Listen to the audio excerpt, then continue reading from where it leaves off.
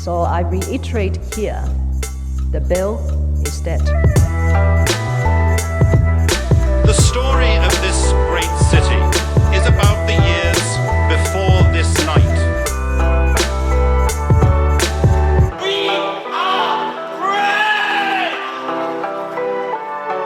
free! Hey, what's up? This is Ho Ho Hong Kong. I am Andy Curtin, and I'm coming to you ahead of this week's podcast because I need to clear something up a little bit. This week's guest is the infectious disease expert and all-round amazing person, Professor Ben Cowling, and I have messed up. My little ghetto sound system has screwed up on me, and I have failed to properly record the audio on this podcast. And it's devastating because this is one of the best interviews we've ever done. It is phenomenal. We talked about vaccines. We talked about vaccine hesitancies, some really serious issues going on right now. And the mics didn't work properly. But thankfully, one of the other microphones picked up the recording, and it is, and I'm going to release it, but I just want to let you know the sound quality is not what it should be. In fact, if the interview wasn't so amazing, I'm not sure I would have put it out there, but I just have to get it out there. So first of all, sorry. And second of all, if you can sit through a lower sound quality, I got to tell you, it is really worth it because Professor Cowling, as usual, brought it. And all I can say is it is definitely worth getting through this. So apologies. Here's this week's podcast. Hey, what's up? This is Ho Ho Hong Kong. I'm Andy Curtin. I'm here with Mohammed Vagdi. Mohammed Vagdi. Yeah, for fully vaccinated. Oh, look at you coming out with pride now. Yeah. Mister, how many arguments do we have about getting vaccinated? A lot, but it's mostly because I just like to rile you up. Most of my arguments are not based on something I believe in. Success. So where do people find you online, Mohammed? The other Mohammed. On Instagram and all that jazz. Instagram, you can find me at Andy Curtin on Instagram, all the other stuff. Also, if you're enjoying the podcast, please hit subscribe, and massive thank you to our Patreon subscribers. So, we set a target. We said if we're going to get 10 more, we'll have enough budget to do a big upgrade of our microphones, and we've had amazing support. I want to say big thanks to Cyril, Philip Hand, Lockie Clancy, my good buddy, Stephen Ott, a legend of the WeChat group, and Adam Noack. Guys, thank you so much. We need 6 more. We've got 6 more targeting. Nice. Stephen can just sign up again. Yeah. He sent me a note about your Patreon. I know. How garbage it is. I know. It's basically a troll at this point, but he fell for it. He was just sending me angry messages. But we're very excited because we're upgrading the equipment is going to really help us take this to another level. So it's a huge, motivator for us. And we're putting out a bonus set every Thursday. Lots of fun content. Now, today's guest has got a huge following amongst the Ho Ho Hong Kongers. If not the biggest guest we had. Yeah, he is the Division Head of Epidemiology and Biostatistics at HKU, a co-director of the WHO Collaborating Centre for Infectious Disease Epidemiology and Control, and an all-round awesome person, Professor Ben Cowling. Thank you for coming back on. Hi Andy, hi Mohammed. Hey. So long title, by the way. Sounds like that's the longest. Yeah. Most other people were like, they did this one thing. You know, like the medieval shows when they have like Mother of Dragons and Protector of the Realm. That's basically you. Do you think we can do all that stuff and have time to watch friggin' Game of Thrones? Mohammed, that's for comics like you. Yes, exactly. For people who have no don't life. Have children. Now, the one big thing, I mean, I guess you're always busy, but certainly what you're doing is such a hot topic at the moment for, the last 2 years. But the big thing that everyone's talking about now, especially in Hong Kong, is just vaccine hesitancy.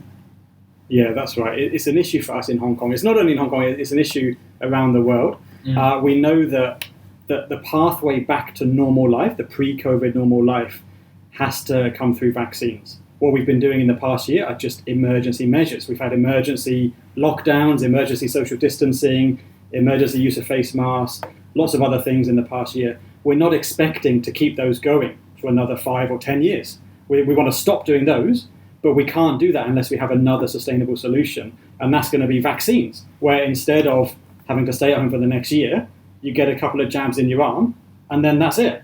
You're kind of immune, and you can go back to normal. That's not to say that COVID is going to completely disappear, but we're going to suppress it down into something that's not a big issue anymore. So it's not going down to zero, but it's going to go down to a very low level once a lot of us get vaccinated. Would that be comparable to, like, people getting flu shots? I think so. What we want to bring COVID down to is something more like flu, that it may be a challenge in some years, and it's something to be aware of, but it's not something that's going to crash the hospital system like we've seen in India just very recently, that once you have too many cases, they can't get into hospital, and then there's knock-on problems. There's not enough beds, not enough doctors, and then they run out of oxygen, and then they run out of medicine, and we don't want that to happen. We don't want it to happen in Hong Kong, anywhere else in the world.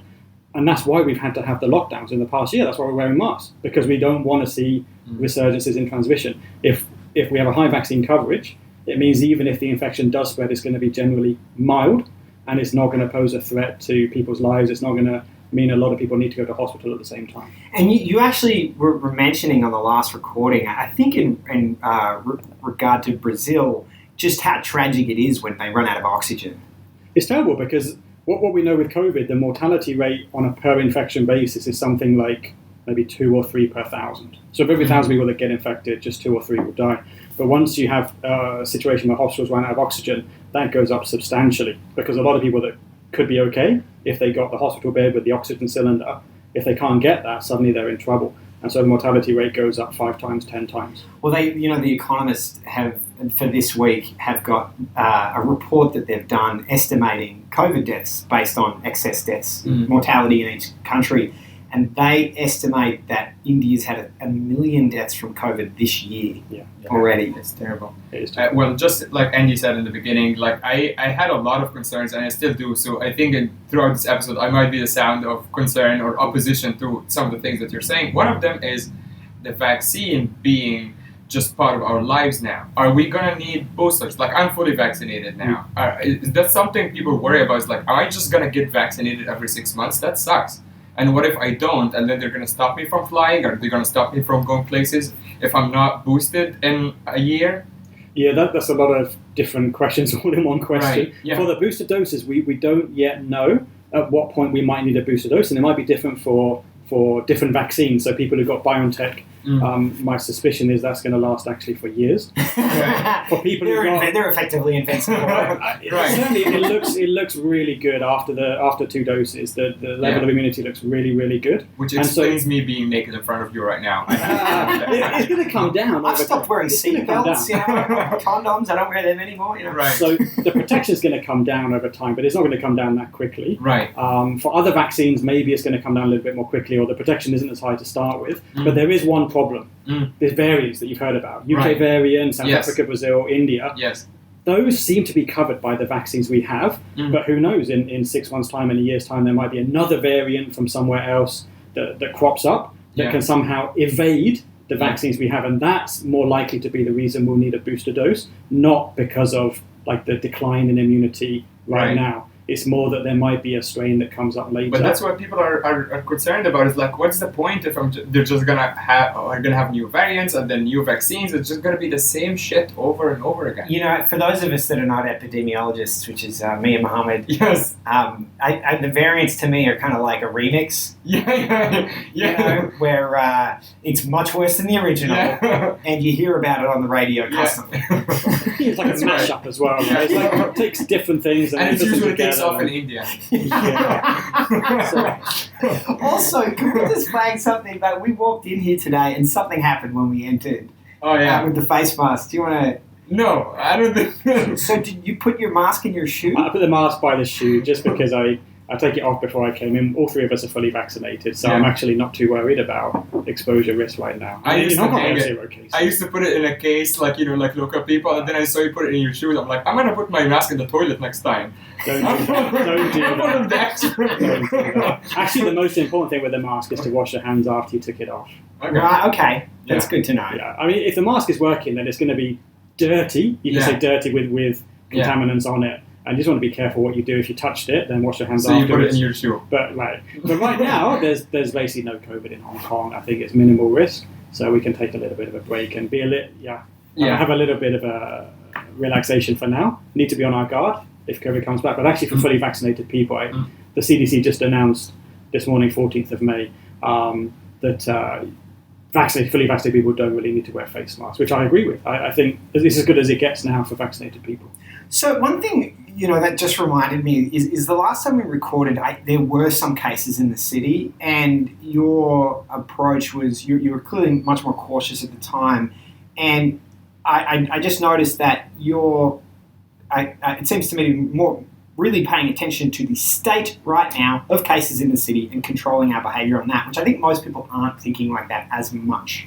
Yeah, we've got an issue to deal with called fatigue, pandemic fatigue. So it's been more than a year now. Right. I think all of us are tired with having to stay at home more often, wearing the mask when we go out, all those other things. So if the case numbers are low, it's a really good opportunity to have a break. So to not wear the mask so much and maybe not do so much social distancing, because if case numbers do come back up again, hopefully they won't, but if they do, we're going to need to go back to all those measures again. And it's going to be tough. We're all tired of that. Yeah. So right now, But we should, though. let's take Like, a if break. there's an Of course, outbreak. I think we should. But right now, I think it's okay to take a break. Let's take it a little bit easy. Meet your friends. Go a bit more when you're in the country park. Take the mask off. Have a breath of fresh air. Right, because it's actually really a low risk state right now in Hong Kong. It's good. Do you know what kind of depressed me the other day? My daughter just turned 2. She has spent more than half her life in face masks. Yeah. And there was a period of time, and you imagine with a 2-year-old trying to get him to keep a mask on, where she's like, this no. She's also a troll. Yeah, she's a very physically aggressive human. No, she knows what you don't like, and she does it just for a laugh. Yeah, that's my child. So I don't need to get a DNA test. But she's also, now she leaves the house and she's like, where's my mask? Where's my mask? And it's so... That sucks. Yeah, I was like, wow, that's sad. It's a habit. You should get her to do hand washing more. Get the habit of hand washing going, because that's a good habit to have. The kids are pretty good with it, actually. Kids are creatures of habit. I mean, we all are. Yeah. But if you sort of firm on it for a little while, you get to a point where they don't even think about it. Especially when they see other people around them, everyone's wearing a mask. The one thing they're terrible with is the thing that cracks me up the most is people that wear face masks and then touch the handrail on the MTR, and I'm like, man, your hygiene protocols. I don't touch it. I just lick it. To me, that's the equivalent of like putting sunscreen on your ears and then self-immolating. And the kids, they will touch anything and then touch their eyes and touch their nose, and there's really nothing you can do to stop that for little kids. Just going back a little bit on your point on we're pretty safe now right now. We should relax a little bit, but just keep our guards up. One of the things I struggle with, I go to yoga and I do a lot of exercise. And yoga... Humble brag. I know. In the yoga studio, I argued with them about keeping the mask on during exercise, because to me, as a layman, I think that's not healthy to keep the mask on while you're working out and doing all these crazy poses. It's also gross. It's exactly, it's gross, it's getting sticky, and I'm pretty sure I'm inhaling more of whatever's on the mask. And I'm fully vaccinated, they don't care. And I'm okay. Good. Well, I mean, maybe in their defense, though, I know they're following the government, but they will get fined if they break the rules. I get that. What I'm saying is that's at least for stuff like that. Maybe you can say something and I kind of hey, here's an expert. Yeah, what I'd like to see in the future is that there's exemptions for fully vaccinated people. That you don't need to do the face mask. You don't need to do some of the other stuff, because you pose a much lower risk. Right. So it's evidence-based, but that's also going to be maybe an incentive, an encouragement for people to choose to get vaccinated, because then they can have these additional benefits which are evidence-based. I mean, that's a good segue, because there was a good question from Dewey in the WhatsApp group. He was saying, he was asking what your thoughts are on incentive mechanisms, and there was a fantastic one this week from, I think, the governor in Ohio, $1 million. Who's offering $1 million lottery. That's actually a great idea. I mean, I'm very curious the economics of it, because it's obviously they need to spend money to promote I think in vaccinating. Hong Kong they could just give away welcome vouchers and everyone's just going to be lining up. Yeah.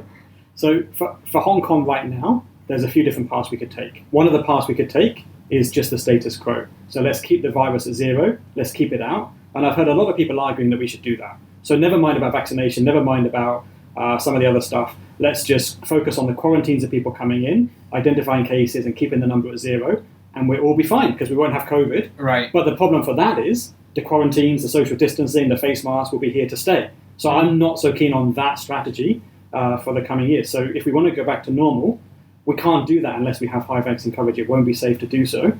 So in order to achieve high vaccine coverage, we've got to figure out how that's going to happen. And it's the government's job to really encourage people to get vaccinated, either with carrots or with sticks. And we saw one of the sticks was the requirement that domestic helpers should get vaccinated to renew their contract. Which is pretty rough. That's a stick, right? I mean, so you've got carrots and sticks. But it's also backfired pretty fast. And the bars as well, right? The bars, there's a thing like the bars have to be fully vaccinated, the staff have to be fully vaccinated, another stick. And there's also carrots, where we've seen that there's a reduction in the quarantine duration for vaccinated people, and there's suggestions of other things, like you mentioned, financial incentives or whatever. I would much prefer to see carrots being used, and even bigger and juicier carrots than we've seen so far. And what I've heard in opposition to that is the argument that even a fully vaccinated person might still get infected, might still have a chance to pass it on. That's true, but it's a much, much lower risk. And you've got to think about the trade-off, that if you can get the vaccine coverage up to 40, 50, 60%, at that point, it doesn't matter anymore whether vaccinated people can still get infected and still pass infection, because there's so many vaccinated people around that COVID won't do any damage anymore. We'll kind of be safe, even if there's a low amount of virus going around. So, and then in terms of the amount of money and the amount of effort that could be spent to raise vaccine coverage, think about how much GDP has been lost in the past year in Hong Kong, with Asia's world city that's become a hermit kingdom with 500 people arriving at the airport every day instead of hundreds of thousands, and the tourism industry. To be honest, I live in TST. I'm loving it. Well, sure. There's quiet on Canton Road. I went to Disney. It was great. Yeah, exactly. But if you add up, selfishly, I kind of want that to stay this way. It's a really good idea to go to Disneyland and Ocean Park. Right? Exactly. It's lovely. Yeah, Ocean Park. We were there for my kid's birthday the other day. It was incredible. No lines. It's lovely. Yeah. But if you think about how much GDP has been lost for Hong Kong, it must be an enormous sum. And then you divide that by 7 million people, and you can say, like, we can afford in Hong Kong to give this much per month, for not only as a one-off, but that's an enormous amount of money that would be worthwhile for Hong Kong to get fully vaccinated. Yeah. Because so are you suggesting paying people for getting vaccinated? I don't know. At least investing in the idea of encouraging vaccination. I don't know whether a direct payment's a really a good idea, and I don't want to set a precedent. Did you like the lottery idea? I think it's David Webb's actually suggested that for Hong Kong as well. I think it's a possibility, but I don't want to see a precedent where people start to only do things if you pay them to do it. I'd much prefer to see people wanting to get vaccinated. That would almost be capitalism. But from the government's point of view, I mean, the ball's now in the government's court to figure out how to get the vaccine coverage up, because we're now, was it 15%, something like that, 16% with the first dose, most of whom will go on to get their second dose. And a high percentage of Pfizer, right, which is helpful. More than half is now BioNTech, which is good. Sinovac works as well, though. And so both of these vaccines if it's more than half, then the other half is obviously Sinovac. No, right, because that's the two we have right now. That's right. So, I have a lot of frustrations, and one of them is the idea that I was vaccine hesitant, and we can get into that in a bit, but I took the vaccine so I can go home, right? And I timed it, it's like, okay, by the time I take the second dose, and then 2 weeks after that, there should be some change. Yep. So I can go home and come back without having to do 3 weeks quarantine. That's not happening. And there's a lot of people who are in the same position when they took the vaccine so they can go see their parents, so they can feel safe, and nothing has changed. And it seems like it's going to be like that for a long time. Now, I understand that it's because not a whole lot of people are getting vaccinated, so it's a loop. But at the same time, seeing stories like this discourages other people from getting vaccinated, because they're like, we're stuck here anyway. We're not going to go traveling. Exactly. We're not going to go traveling. And we're safe in Hong Kong. So why should I take it? I'm not going to go travel. When things open up, I will take it, and then it would be fine. But for now, even if I have a concern of 1%, I'm just not going to take it. And the other thing is that I don't know what the percentage is in Hong Kong, but something like 5% of Americans have a passport. Like, what percentage of people actually leave the city? Well, Hong Kong people might be higher than America, mate. Yeah. It's got to be far less than half of the city. I mean, considerably less than half the city. Probably. I mean, you have lived here the longest among the three of us. The expats move. Inherently. Yeah, I think a lot of people like to take short trips. I think a lot of people like to go to the mainland, would like to go to Taiwan, Korea, Japan. Right. So Thailand. Thailand. Right? Southeast Asia is great to have short trips there for the food and. But you see my point about the whole how do we tackle that? I advocated publicly for relaxing the quarantine to 0 for fully vaccinated people. But that Can I hasn't- take that sound bite and give it to people at immigration so they don't send me to quarantine Oh, when I no, come they- back? They'll just send they- him. they have their rules to follow. Uh-huh. So they've brought it down by 7 days, but that means it's from 21 to 14 now, And it's still which is 7 a days long, at home after it's that. still a long period of time. Yeah. So I don't think it's maybe enough of a juicy carrot to encourage people to get It's vaccinated. not a carrot at all. It's So a we're- very So dry what would you carrot. like to see? Well, so you come down to zero. So you think that the non-cash, that kind of an incentive is the right way to go? Right, I think come down to zero. Let the fully vaccinated people act as if they're immune, behave as Yeah. if they're immune, no further restrictions. Because the fully vaccinated people have done their bit for the city of Hong Kong to get back to normal. And it's up to the rest to stop waiting, stop wait and see, and start getting vaccinated so we can get the vaccine coverage up to a higher level Right. and then go back to normal. As I said, one of the other parts that Yeah. some people have been thinking about is just the status quo. Yeah. But I don't think that's the choice of maybe the majority of people in Hong Kong. But I don't know, if that's the path that we're going to choose, then maybe there could be a public announcement that Right. is the way we're Right, planning. because we're just that going to keep the status sounds like a quo. proper motive But, for people to get vaccinated. Right, if we're planning to go back to normal, then I think we've got to think of ways to get the vaccine coverage up and up and up. Jumping around a little bit, but going back to your stat, the number you mentioned about how if out of 1,000 people, 1 person or 2 people get infected, is that the number? No, so if It's out of deaths. 1,000 infections, it's one or two. something Right, like that. okay, yeah, that's the number I was thinking of. Out of 1,000 infected people, 1 or 2 die. Now, I'm from Egypt, and I don't know how much you know about the situation in Egypt in general, but in my family, we have had about 20 infections, Yep. and more than 50% of them died. Oh dear. Yeah, that's including my uncle, my cousin, and my dad. And Older. yeah. Older, yeah. Yeah, no, the cousin Older was generation. 40 something, and he didn't have a whole lot of, like, he was kind of obese, but not like morbidly obese. He was just Yeah. kind of fat. Yeah. But that also, to me, when I hear that number, I'm like, that doesn't sound right, because they also have COVID. Do they Yeah. have another mutation that we don't know about? No, that's like globally that's pretty much the picture. But what we also recognize is that a lot of COVID infections are actually very mild, may not even be recognized. So although you mentioned there's a lot of your family had it, maybe the other family members also had it but didn't even know about it. It's so mild, it's asymptomatic, whatever, and it does sound like bad luck. I think Yemen had some. There's a number. I think it's like case to mortality ratio or something. And Yemen's was like 30%. Can be. Yeah. Then it also depends who's getting tested. If they only Right. test in the hospitals, then of course you're going to see. Which actually takes me to the next point, which might be a little bit off topic but relevant, about ventilators. Yeah. Now, my experience with my family is that every single person, so usually it's the same pattern, right? It's like you get sick, and if you live in a terrible country like Egypt, they just send you home even when they know you have COVID. You have a positive test. Yeah. They're like, all right, just go home and monitor yourself, whatever.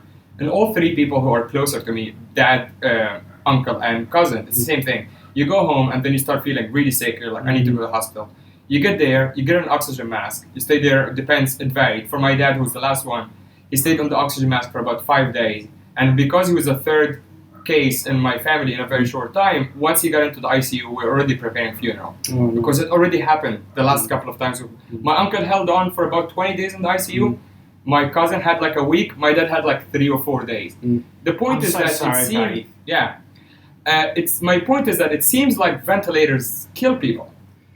What we've learned is it's really difficult to manage people with severe COVID. That's the experience not only in Egypt but around Right. the world. That once people get into the intensive care unit, it's really tough, and the mortality has been something like 50%.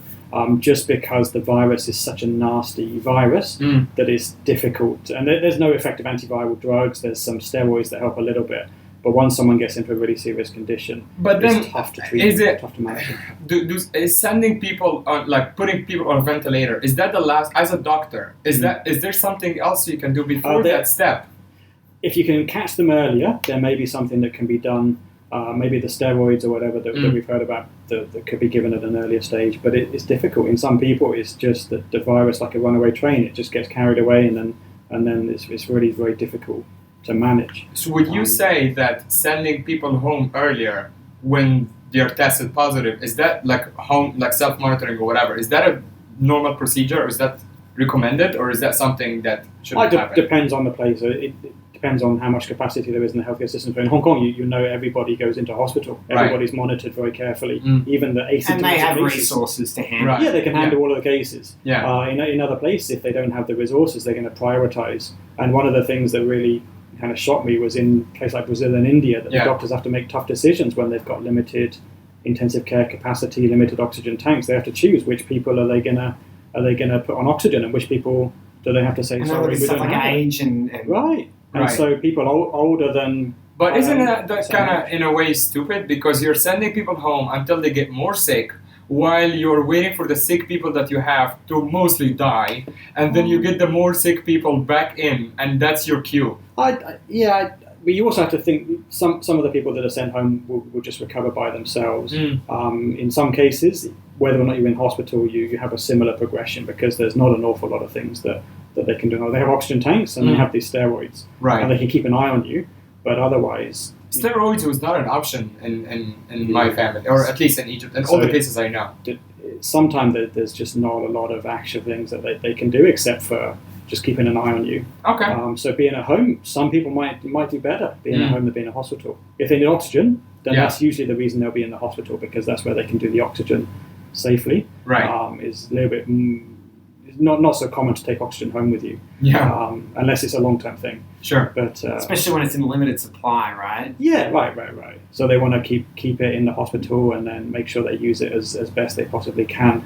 But it's tough. I mean, that means you've got first-hand experience of what COVID can do. I think in Hong Kong, we're kind of lacking that, because we've had, in the past year, 200 people died. Which, most people that we don't. I actually personally, it's funny because most of my family back home has had it. As I said, I personally don't know anyone in Hong Kong or outside of my family who even had COVID and recovered. Do you know anyone here? Yeah, Garen's cousin, but I mean, he flew in from London and he hit the airport and had it.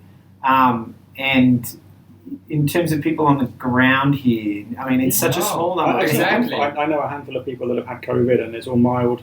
Yeah. I don't. But, and this is one of the things, and kind of getting back towards the kind of vaccine hesitancy question, is my cousin in Australia sent me this article about, here's what you need to know about the vaccines. And one of the points they made is they were saying, the side effects of the vaccine are worse than COVID. And it's like, that is such a poor analysis, because it looks at what COVID might be in some situations and ignores what it looks like when it gets bad, which doesn't happen with the vaccines. You don't get people going to ICU from the vaccine at the rate that you're doing with COVID, right? You can also think about things like insurance policies, where you pay a premium for your insurance policy, and I don't know what the premium's going to be, but hundreds or thousands of dollars.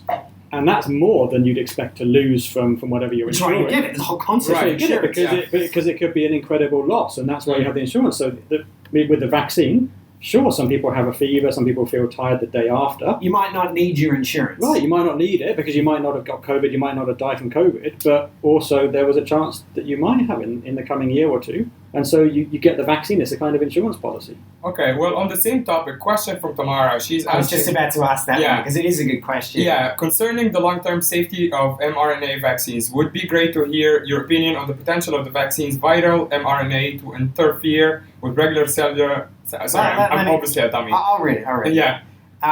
She said it'd be great to hear your opinion on the potential of the vaccine's viral mRNA to interfere with regular cellular mRNA and their function, as apparently this is one of the mechanisms by which they could potentially lead to long-term pathologies in predisposed individuals, such as degenerative diseases, tumours, etc. Yeah, I know that there's a lot of concern about the mRNA vaccines because they're relatively... And so people know Pfizer is an mRNA. Pfizer and Moderna are the two mRNA vaccines. It's a new technology. It's been in the pipeline for probably 10, 20, even 30 years, but not really used on a large scale until now. I think they had a couple of experimental vaccines they used in small numbers for other diseases in the past decade, but COVID is the first time they're using it on a large scale. And the mRNA vaccine, it works by giving your body an instruction manual for part of the virus. So the what's injected into you is not actually the virus. It's like the instruction manual, like a Lego manual for your body to then make part of the virus.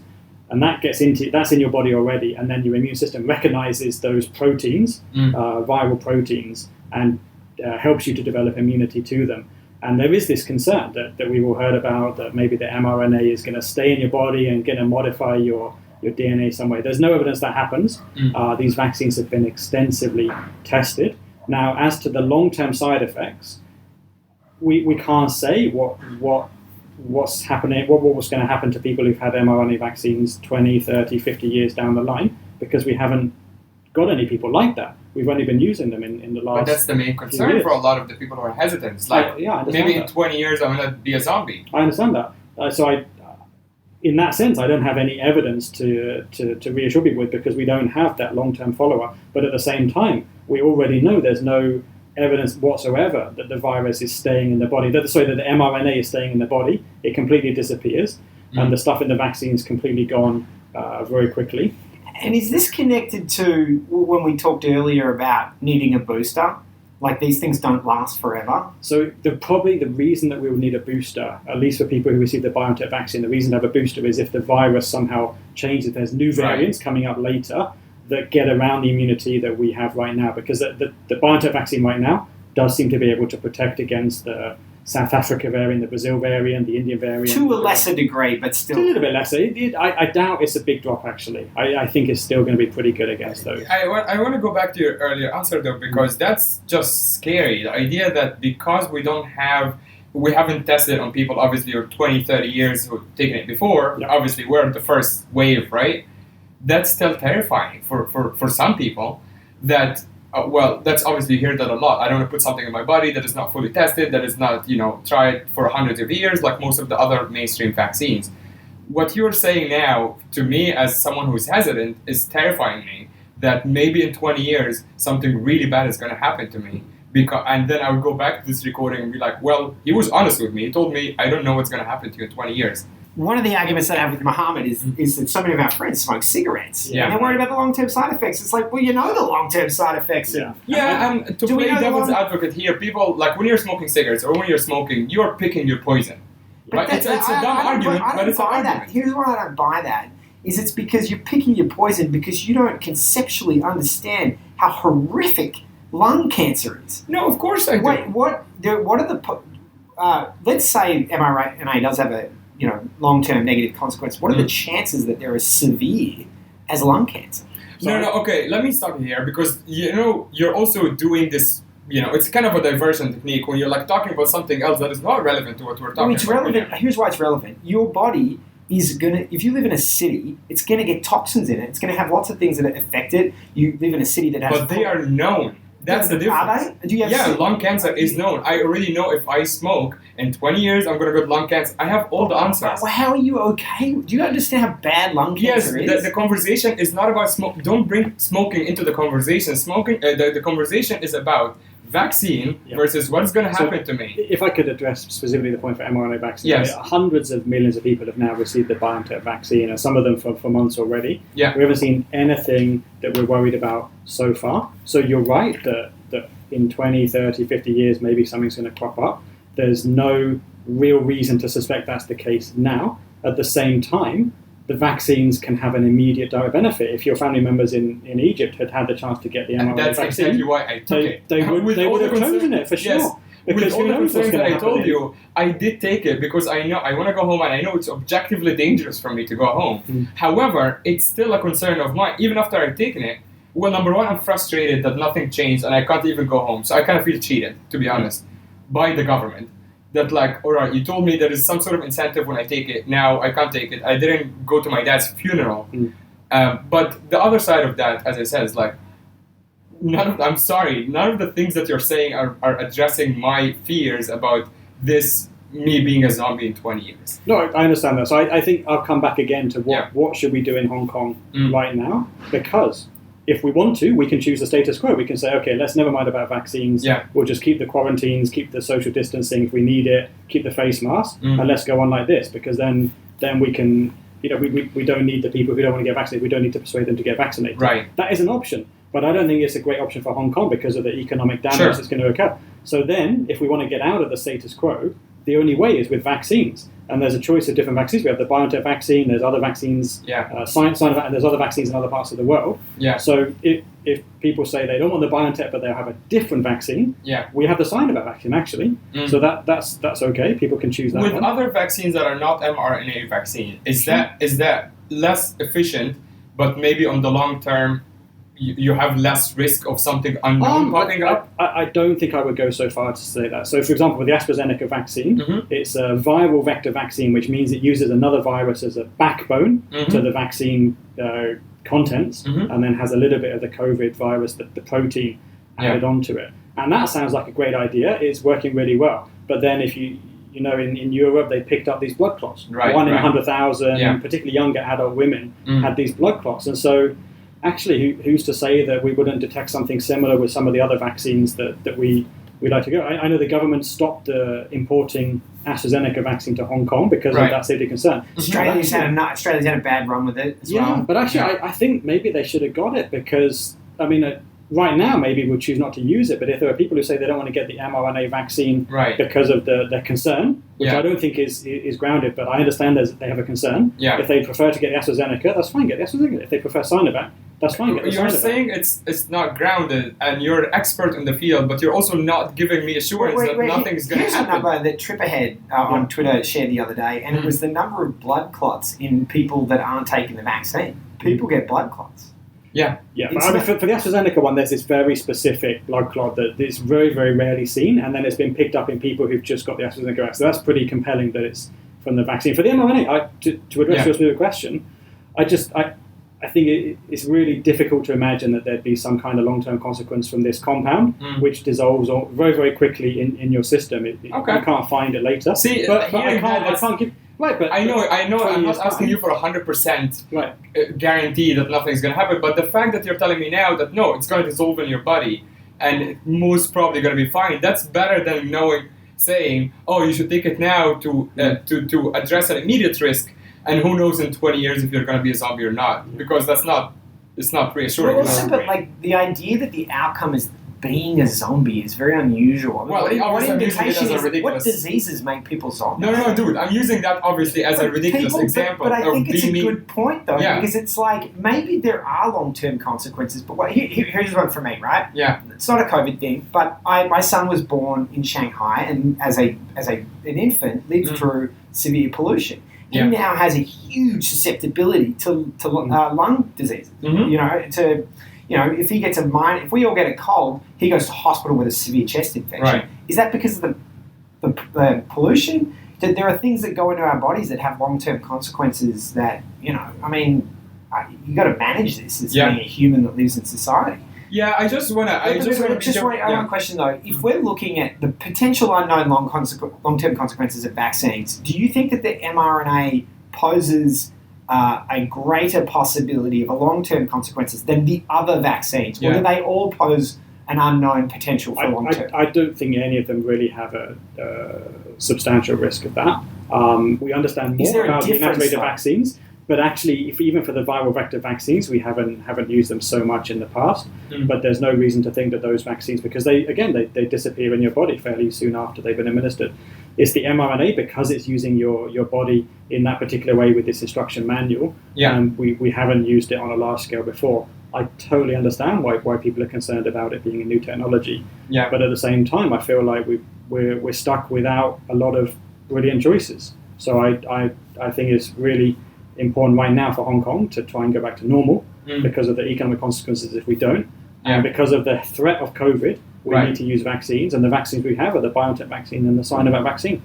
Question from David. Your thoughts on the CDC now saying masks are no longer necessary indoors for vaccinated people in the US, plus possible potential for transmission between vaccinated people?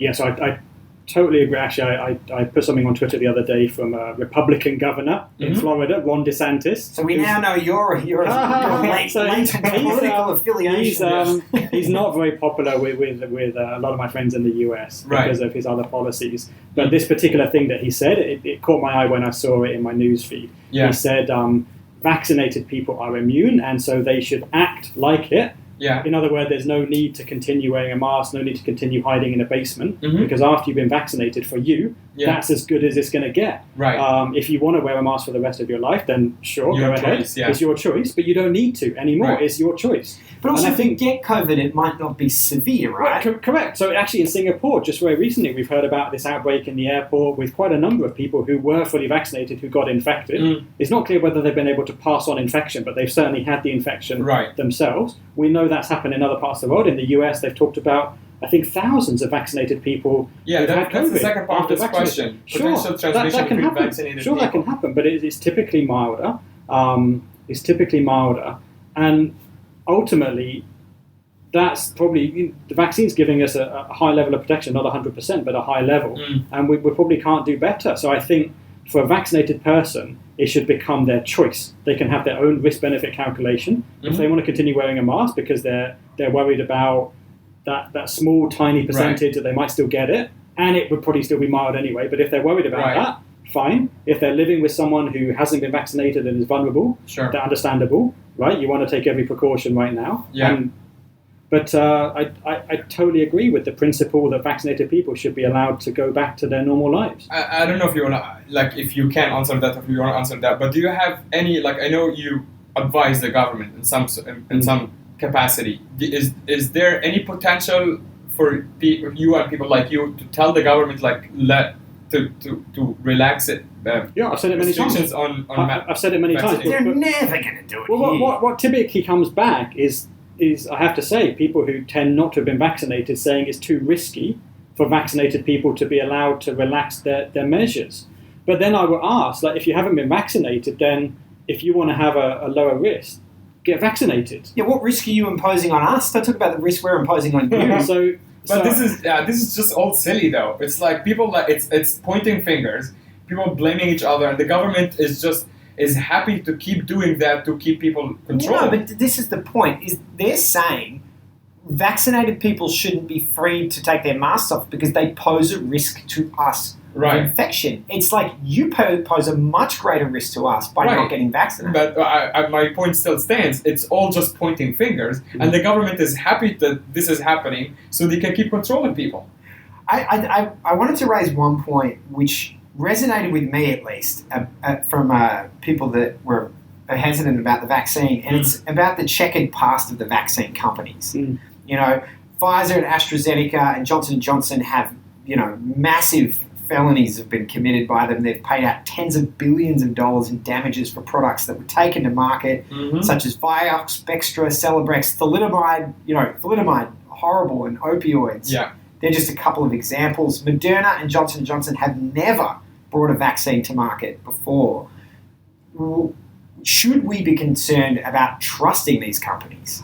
I think it's important to distinguish between those historical issues with some medications versus vaccines, which are produced in a very, very strictly controlled environment, very, very high quality. And actually, when I hear people talking about their concern with the safety of vaccines, there's two different issues with the safety of vaccines, whichever vaccine you're talking about. One is whether the vaccine itself, properly made, perfectly made, in exactly the right process, will give you some side effects. The second issue is whether there's contaminants. And if you remember in the past 10, 20 years, from time to time there have been issues with contaminants in vaccines that have got there through some unfortunate maybe accident in the factory or something not being properly handled. That second damaged issue, vials. that actually is, in my opinion, what poses a greater risk. Have you seen the damaged vials, by the way? No, so I know what happened though. So with the BioNTech vaccine, they used these glass vials, actually the same vials as they use for a lot of different vaccines. If you've ever seen the nurse drawing a syringe out of a vial, it's the same vials they use for all the different vaccines. But because the BioNTech vaccine gets frozen at minus 70, it puts a lot of stress on the glass and the metal and the rubber seal. And actually, because they're worried about contamination getting into the vial, they blow it up a little bit like a balloon. Not like a balloon, but they inject a little bit of air inside. Some pressure So put some pressure inside. So it's at a positive pressure. But what that means is if there's even a tiny, tiny flaw in the rubber seal, that the liquid's going to leak out because of that positive pressure. And when you've put it at minus 70 and then you defrost it, that's when that kind of maybe tiny microscopic crack can appear. So what I understand is that this may have happened other places in the world, and the pharmacists are trained to look out for it. You get the vial, you look at it in the light, you turn it round, any issue at all, discard it, chuck it away, and get the next one and carry on. And in Hong Kong, they seem to have made a particular issue out of it. They've gone to the manufacturer and said, what's going on, because 1 in 1,000, 2 in 1,000 vials. Is it a reasonable concern? I think it's worth asking, but then from the manufacturer's point of view, if someone asks you a question about whether there's a fault in your vaccine, you have a responsibility at that point to say, okay, stop, and let's investigate, and then we'll get back to you, and then we'll let you know when we're confident that there's no problem on our side. Because if they said, we've heard about that before, it's nothing to worry about, and it turned out it was different to what they'd heard about before, they'll be in big trouble, right? So it's their responsibility to say, you've got to pause.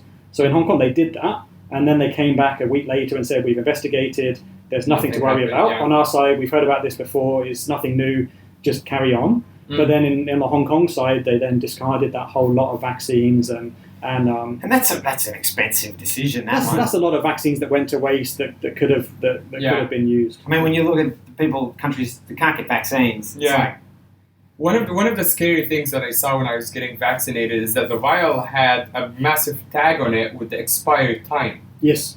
And to me, that was just terrifying. Wait, you were looking? What are you, crazy? Yeah, of course I was looking. That's the first thing. Dude, I didn't even want to get vaccinated. So you know what I was thinking? I was looking for reasons to just run. So I saw that and I almost went like, all right, that's it. Because my vial, I remember it very clearly. My vial said 1403. 1603. Yeah.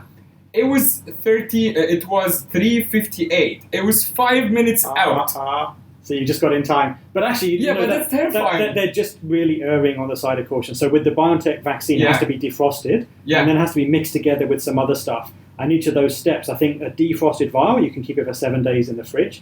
And then once you mix it with the other stuff and put it in a syringe, you're telling me they mixed it with shit? You've got a certain period of time to use it, and if it's not used by then they'll discard it. Actually, it might still have been okay. You said 4:03. Yeah, it was 5 minutes out. If you got it at 4:10, 20 past 4, I think it would have been okay. But they just had these very strict procedures to make sure that everyone's getting the. So how long has it been defrosting or out of the freezer? No. So that's two different things. It's after mixing it, right? Yeah. So the vial's at -70 with the. Is it frozen completely at minus? I know that's a dumb question. But -70 is like dry ice. It's dry ice. Okay. So that's like totally solid dry ice. Okay. That's sort of solid in the vial. Sure. Bring it out, and that process can take it can take a day to bring it up to in a fridge to thaw it. Yeah. And then at some time later after that, then they'll mix it together with the other stuff that goes in the vaccine. What is the other stuff they're mixing? Is it the microchip? I was going to say, this is where Hong Kong's unemployed barmen have been working. They're mixing the cocktails on the other side of the curtain. This is the first time I hear that they're mixing it with other shit. What are they mixing? You have to look up and see what exactly it's called, or they put it in with. But I know you are looking up for me. Is that something community or whatever? Commonality, yeah. It's two different things. So it's the I can't tell you actually off the top of my head what the two different things are, but it's the exact vaccine compound, and then it's maybe the suspension that it goes together with. I don't know, maybe one to keep shot it of vodka. Stable, yeah. I still want to know what I mean. Okay, so it's another substance. Just Google it, mate. No, he's here. Yes, I don't know. He is Google. But I know they have to mix these two things together in a certain proportion. So that vial that I injected in me is not even the same thing that came from Germany. It is. No, it all came from Germany. But what is the other thing? That came from Germany as well. Okay. Yeah. All right. So no microchip. No microchip. I do. Just before we want to wrap up, I do want to maybe just go back a little bit to the concerns about these companies.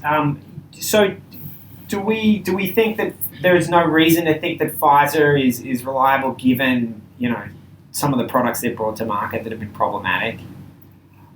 For these vaccines, they're produced in a very, very careful process. So the products that they've had issues with, you believe, or your view is that they're sufficiently different from vaccine technology? That's right. And then some of the issues you mentioned are issues not exactly with the quality of the product itself, but the marketing strategies with the opioids and so on. And with the thalidomide, actually, that's a really unfortunate example. That was actually, it wasn't... It was a... Do you know about this? It was a brewery. For some reason, it was the brewery that makes gin and other stuff. They had this idea to market thalidomide as a morning sickness pill. It had been proven to be a good, maybe a calming agent or something, and they thought it would be good for morning sickness. So they gave it to all these pregnant women, marketed it directly, and it caused these birth defects. And as a result, horrific. Yeah. And as a result of that, actually, there's much stricter processes now in place for testing and for regulating products. That was decades and decades ago, and that's changed practice because of that kind of. Well, we're also kind of like leaning on the idea that the big pharma, like the big companies, are moral companies that are making the right decisions for people, which is not really the case when you look at like our background is comedy, right? Like one of my favorite sketches from Family Guy is when Peter, the main character, go to Mr. Pewtersmith, his father-in-law, and he's like representing the man, right? And Mr. Pewtersmith tells him that they have had the cure for cancer all along. And Peter goes, "What? You've had it?" He's like, "Yeah, but why would I charge you one time for the cure when I can just keep charging you for the rest of your life?"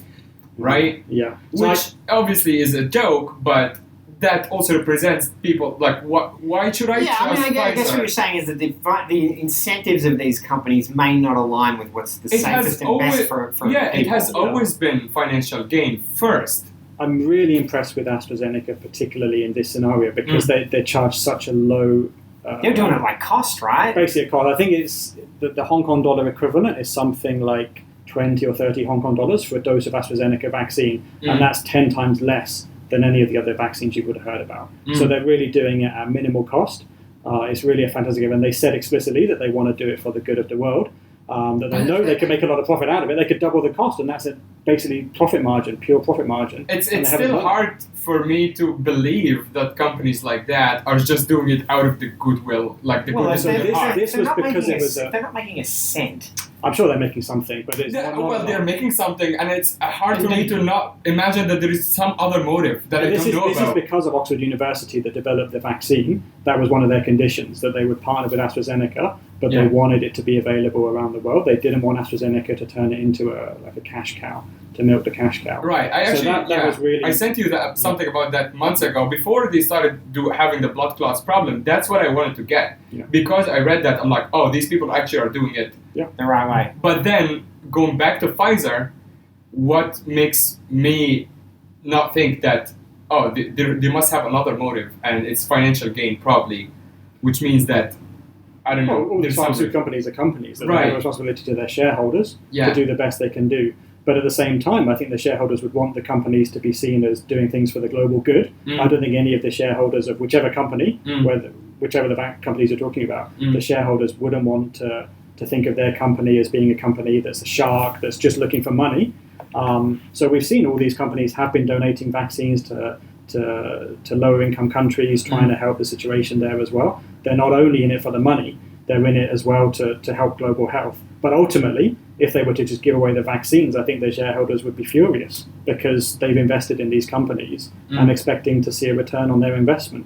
So that the companies have to do a bit of both, right? Have to make a profit to justify to their shareholders. Yeah. But at the same time, I think the managers are good people that want to see a benefit to global health.